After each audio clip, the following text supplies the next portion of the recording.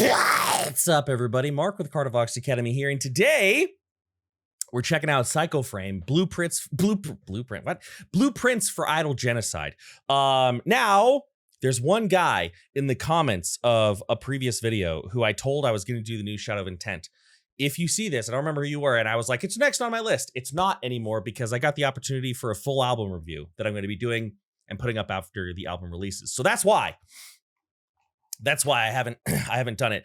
But I'm very excited. I've checked out Psychoframe before, and I haven't listened to a single track since then.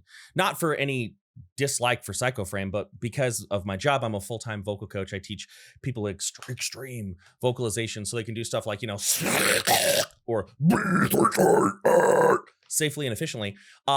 Most of my listening is based on my lessons, right?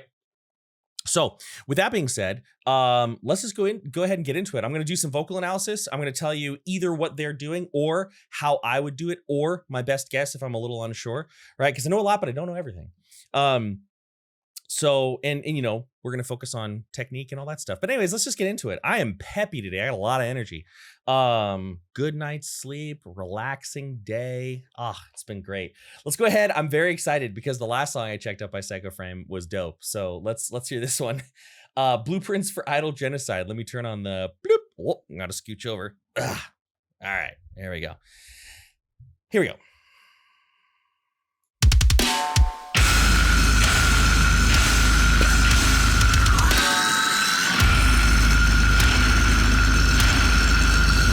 Do I have your attention, boy? Yes, you do. You're about to see some wonderful.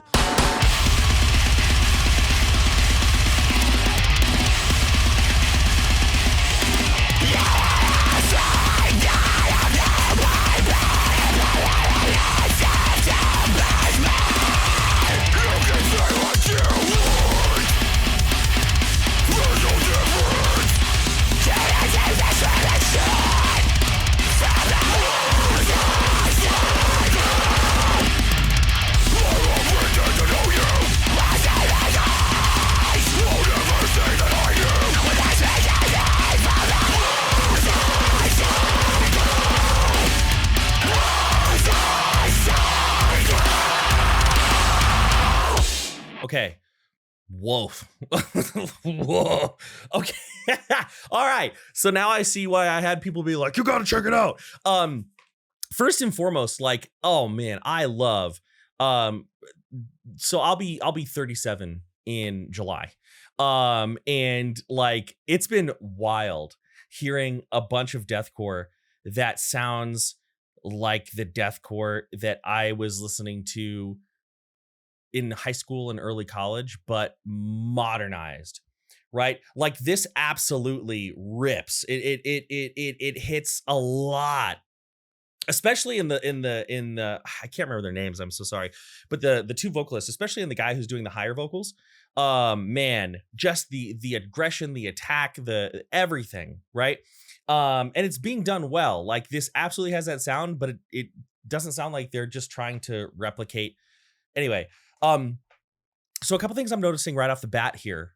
First and foremost, we've got two very different vocal styles juxtaposing very nicely, right? We have one that's much more open and loose, and that's the guy with the high vocals. It almost sounds like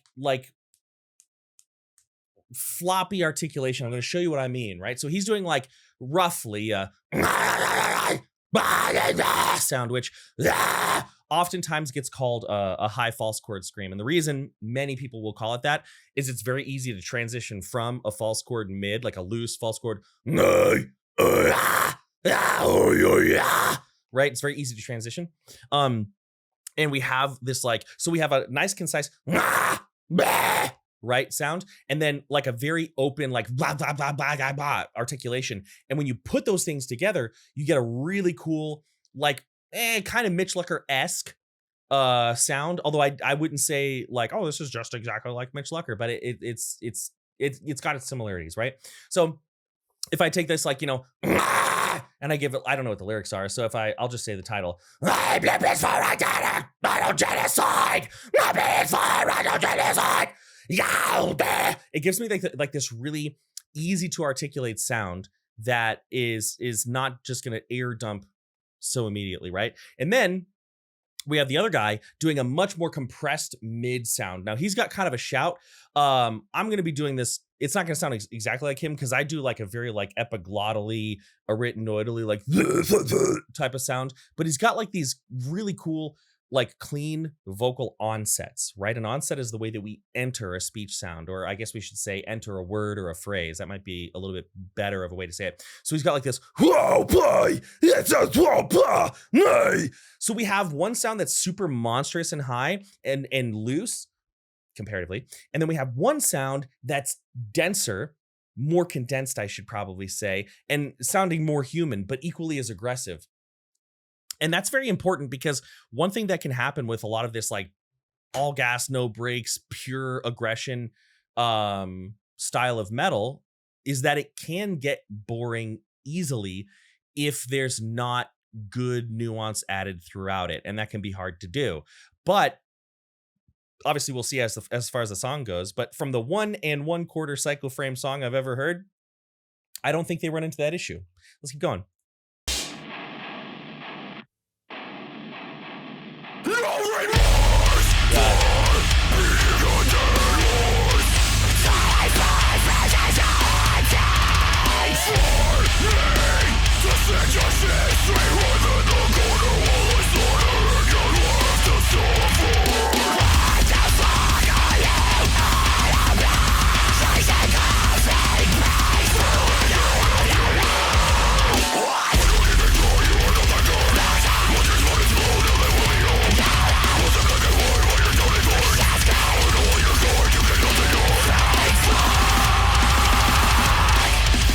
So I'm going to pause it again already because holy crap, a ton just happened. So a couple things that I'm really liking, and this is what I'm talking about with adding nuance, right? Now, for people who don't enjoy metal, who don't like harsh vocalization, they would listen to this and they would say, oh, he's just yelling the whole time. What are you talking about, nuance? And when you encounter those people, just smile and realize they're wrong and don't even have the conversation. It's not worth it. Unless they're open and interested to learn, then it is worth it, right? Then it is. I have a whole video essay I made years ago on the channel. It's called "You Can't Even Understand What They're Saying" or something like that. And it's common rebuttals to arguments that, anyway, it doesn't matter. So the guy who's doing the lower, more pitched, condensed vocals, right? He does something really interesting is he leads in vocally and then he condenses and compresses into a sound where we can't hear, at least in the mix, any true chord phonation, any pitch, any sound of underneath. So he's got like this, and I'm hearing it for the first time. I don't know the lyrics. I can't replicate it perfectly, but he's got like this. And he gets to this very like whoa place from a whoa. And that takes a lot of coordination. So hats off to the vocalist for getting that and keeping it interesting, drawing the attention. And it comes in a little before, right? It comes in a little before the song like hits again. So he's like drawing your attention down, which is really cool. And then the two of them together, again, I feel like these two really communicate quite well when they're writing these songs. And then we had that like speed, like it sounded almost Phil Bozeman, that like that was really, really cool. I heard some stuff with the high vocals, but I want to get back to the song. So we'll talk about some exercises and techniques later, but here we go.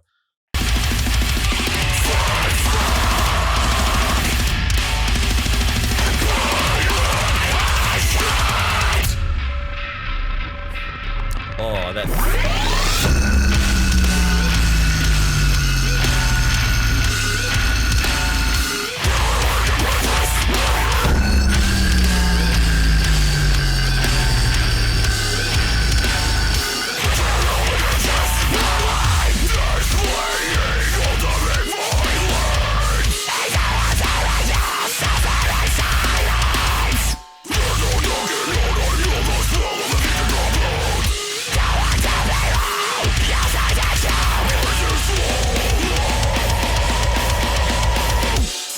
I think I mentioned it last time, but I really enjoy their drummer.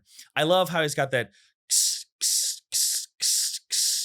and they're dancing around it. Really, just, I feel like the drummer like does this gritty, nasty music with a bit of class. You know what I mean? That might kind of sound kind of funny to say because this is so raw. Like this, like for me, Psychoframe sounds like chewing on dirty asphalt, just like. And I hope they understand that that's a very good compliment. It's dirty. This music is dirty. And I feel like the drummer, while maintaining, and I'm not a drummer, so I can't really get into like the technique or what fundamentals he's using. I don't know. I just want to shout out, if the band sees this, if you're the drummer, like, I like what you do. I like what you do. I don't really understand it because I'm not a drummer, but I listen to it and I'm like, my ears like the way that sounds. But let's talk about those straight up like slammy squeals. I guess we could call them like a squeal. I tend to call those sounds a vomit vocal. You can call them whatever you want. I'm not like super married to a lot of vocal terminology. I think it's inherently kind of messy, and I'm more interested in how it feels and sounds versus what we name it. Although it is important. Terms are important. I'm just saying they're not like, they don't have to be the law. So let's talk about what makes these sounds what they are, right? Now, oftentimes when we talk about these, like, and we'll hear this and we'll be like, that's a fry vocal, or we'll be like, that's a false chord vocal, or we'll be like, we'll try to name it one thing, and that gets dicey. And the reason it gets dicey is because, there's a lot of research. There's a good amount of research that's been done on harsh vocalization, right? I participated in one of the more recent studies up at the University of Utah that's kind of being spearheaded by the University of Utah and the Charismatic Voice. But there are also studies that are out there by Enrico Di Lorenzo, Christoph Izdebski, Sebastian Croteau, who have looked into these sounds. And one thing that I have kind of felt when looking at these studies, I'm not going to speak for them, and I'm not going to pretend I have the same doctorate level understanding that like these are like educated, highly knowledgeable professionals. And Enrico is actually a vocalist in a death metal band himself. And so one thing I have found is that the further we get, the more we're using a lot of things at the same time, right? It's kind of like pointing at a cake and saying, that's eggs. And it's like, well, it probably has eggs in it, but do we really call it that? Like the naming convention is weird. So what I want to do is I want to talk more about vocal tract shape, right? First thing is we have a compressed vocal sound, right? We for sure don't have this loose, airy sound that often, is the basis for a lot of false chord vocals. Now you're going to hear me say terms like false chord and fry, and you're going to be like, wait, Mark, didn't you just say terms are inaccurate? They often are, but I don't have a better answer. So when in Rome, I still use the terms, right? But anyway, we have a compressed sound. Now, the sound that I like to use, which is probably not exactly the same sound he's using, is a tilting back of the epiglottis, the arytenoids coming and touching the base of the epiglottis, right? And pushing air through that space. And for me, that gives me this sort of sound when done in lower pressure, right? Now, here's another reason why terminology is interesting. I can change the resistance to that airflow, which then changes the sound, but all the pieces are the same. So I can go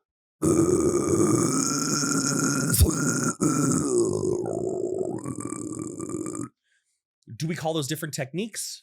Do we add a word to the name of the technique to describe the diameter of the opening? You know what I'm saying? I don't know. I actually don't have the answer to that. But what I'm saying is we have to get like these vomit vocal sounds, we need two things, right? We need a compressed sound utilizing the tissues above the vocal cords rather than the vocal cords themselves. And we need the correct mouth shape. So my favorite way to do this, I'll show you real quick how to do it, is you're going to make an orc voice. This is my favorite way to do it. There are other ways. This is not the only way. So I say like, hey, more work? Okie dokie. Off I go then. And then what I do is I drop my voice out of it. Hey, more work. Off I go then. Now that step there, you're going to be like, I'm doing it wrong. It doesn't feel comfortable. You're right. It doesn't feel very comfortable.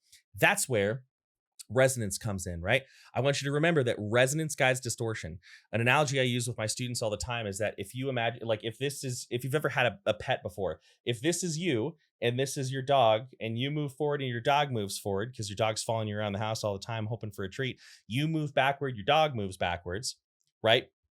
Your resonance placement and the sensation of your distortion have a very similar relationship, right? So let's say this is where I'm aiming my voice and this is the feeling of scratchiness, right? The feeling of grit.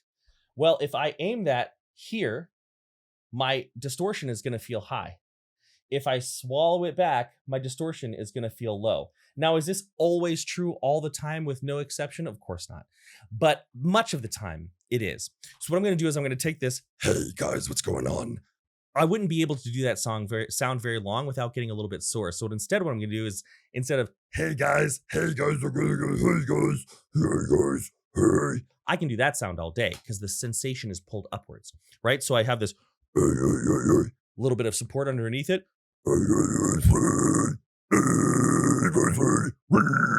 And there we go, right? Now this vomit sound is where we get slightly, we slightly oppose or break a singing rule, right? Generally speaking, when we're singing, in traditionally trained ways, we want to have an open vocal tract. And this is true for a lot of metal vocals as well. If I'm doing like I want open space in the back and open space in the mouth, right? What I'm going to do now is I'm actually going to close that. I'm going to go, I'm making my mouth into a very narrow tube. And I actually have this sense of squeezing the back. So if I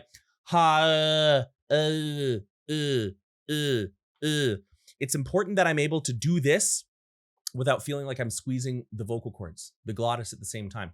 These things need to be relatively independent. So this still feels relaxed. If you're getting this, you're cruising for a bruising, right? So a good thing you can try is literally just going around your house. Now I'm going to take my distortion. I like to put my tongue on my bottom lip. I don't know if that's what he's doing, but it certainly could be, because that does give you like this really vomity sound. And you get this.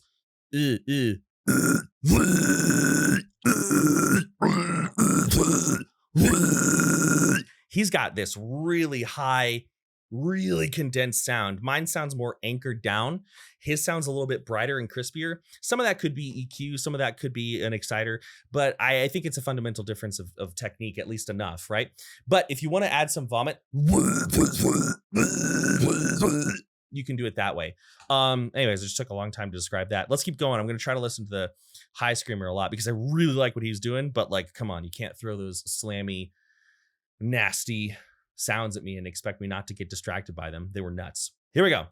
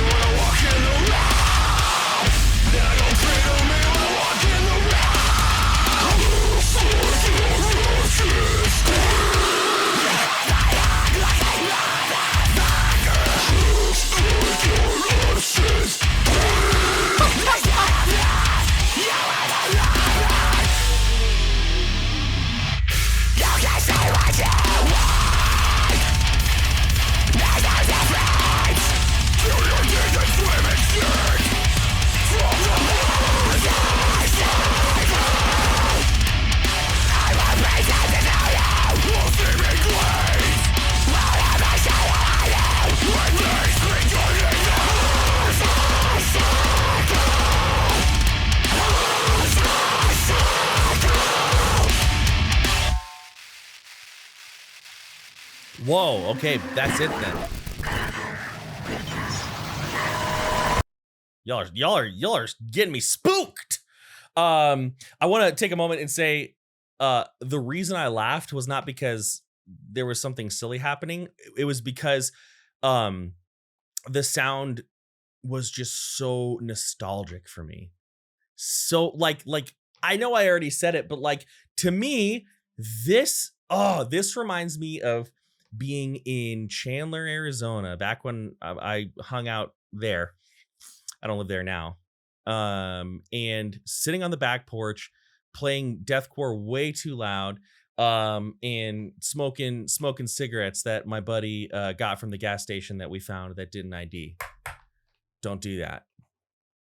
But I'd be lying if I said we didn't do that. You know, and all pretending like we didn't hate him. We're all pretending we didn't hate him. We're just like, Yeah. Oh yeah. it was good times. So it was just that. It was all of a sudden I was like 19 again. I was like, what the hell? But there are a lot of cool things. These two vocalists, I really like their vibe. I really like their vibe because they are so strategically messy, right? And here's what I mean by that. We have these loose, I love, by the way, that this style of vocalization is coming back because, you know, recently deathcore was heavily dominated by these highly compressed, extremely surgical, precise vocals, right? And they are awesome. I love them. And I think of bands like Lorna Shore, Mental Cruelty, and I think of to a degree, maybe Signs of the Swarm.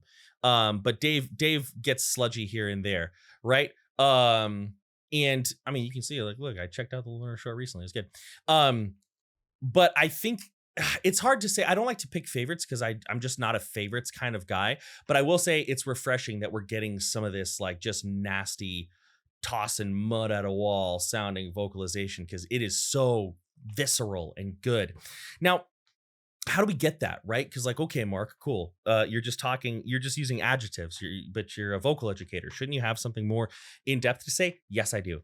So a couple of things. Number one, you're going to notice that there was this moment when the vocalist who was doing the majority of the highs at the beginning, he did some big, they even looked old school because he was doing the lows like this, which I'm not going to get into the mic cupping conversation because it's just one of those things where everybody has their opinion and nobody's going to change it, right? But he had like these big, open, deep, what sounded to me like these, what we call false chord vocals. Yo, yo, yo, boy. Hey. He sounded like he was putting a little bit of voice in there. Yo, yo, yo, boy. Say, hey, boy, die. And it sounded sick. It sounded really nice. You could tell they added some crunch in post. And it had this really just aggressive kicking the door down sound. And it was very barky, right? A lot of the ways that we're going to convey the emotion that we want to convey with our vocals is with the way that we articulate it and the way that we punctuate it, right? And here's what I mean by how we punctuate it. And we'll use an example of the other vocalist when he was doing some highs, right? He was doing some high vocals like this, right? And I could say, let's think of a word. I could say like, there was a time when that's a great one. So I could say, there was a time when or I could take my jaw and go like, pop, pop, pop, pop, pop, pop. There was a time when there was a time when versus, there was a time when there was a time when there was a time when They're different, right? They're different.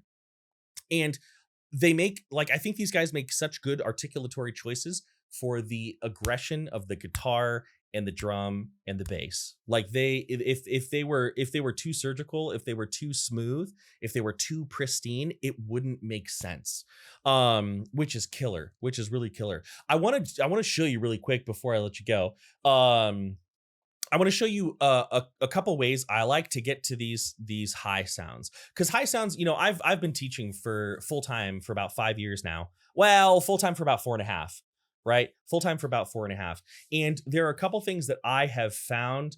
Hunter Young, there it is, right? Staring at me in a thumbnail. I don't know. I'm so bad with names. I feel embarrassed because I don't want these guys to feel like I'm not valuing their contribution. I just suck with names, right? But anyways, so here's the thing. There are some things that I have found are pretty easy for students to get. Baseline false chord, generally pretty simple. Baseline fry tone, depending on what they are calling fry, because as we know, a lot of people call it a lot of different things, generally not too bad. High screams of any variety tend to be tough. And the reason for that is because oftentimes when we are screaming in high spaces, even if we're not using our vocal cords, we're carrying over bad habits that we would use when we try to sing high. Because the fact of the matter is, if I'm doing like a, am I using my vocal cords not to phonate, not to create speech sound, but I am shaping my vocal tract in a way that would be a hyper, like just like hyper twangy, I guess we could call it mix, right? Like a,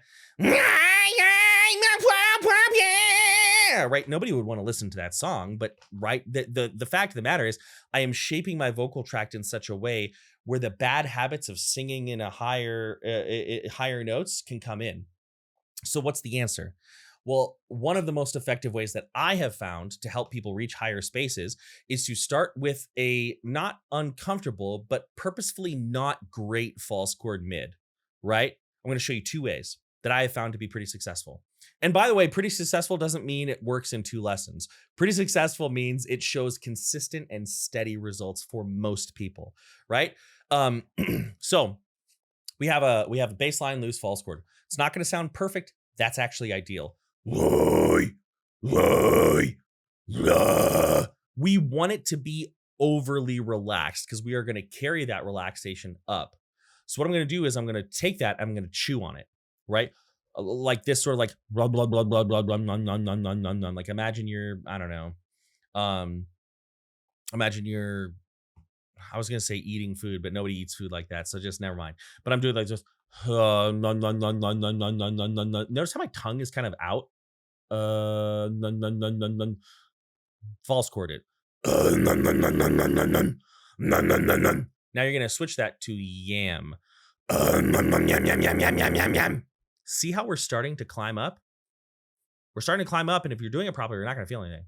Okay, that's overly broad. You're not going to feel strain on your muscles. Of course, you're going to feel something, just not strain. So, now the next thing I'm going to do is I'm going to try to control this with my facial muscles, right? That's a visual tool.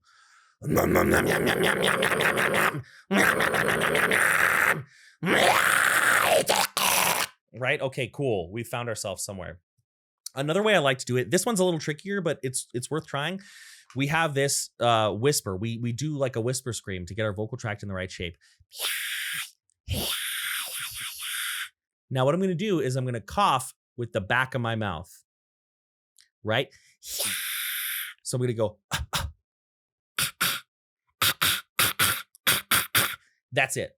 Now you do that and you'll start to feel what is like a sensation of grit happening right behind the uvula, right?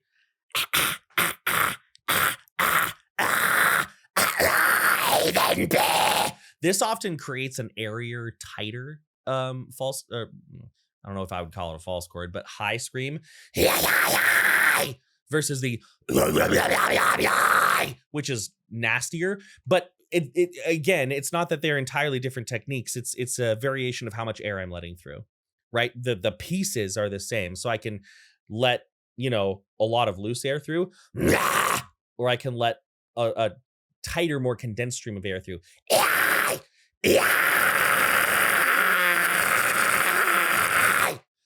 So things to think about, right?